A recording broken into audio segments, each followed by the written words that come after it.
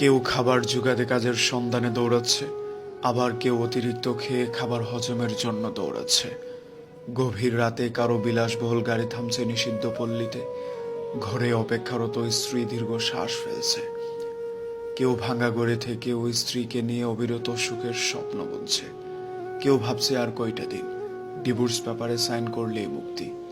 কেউ একটা সম্পর্ক টিকিয়ে রাখার জন্য রীতিমতো যুদ্ধ করে চলছে।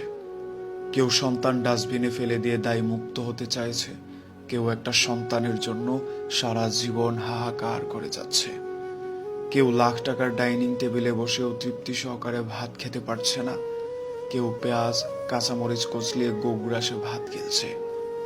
কারো দামি খাটে শুয়েও আবার ঘুমের ওষুধ খেতে হচ্ছে, কেউ আবার হিমেল হাওয়ায় রাস্তায় ওভারব্রিজে ও ঘুরে ঘুমোচ্ছে। কারো পড়ার টেবিলে নতুন বইয়ের সমারোহ, কিন্তু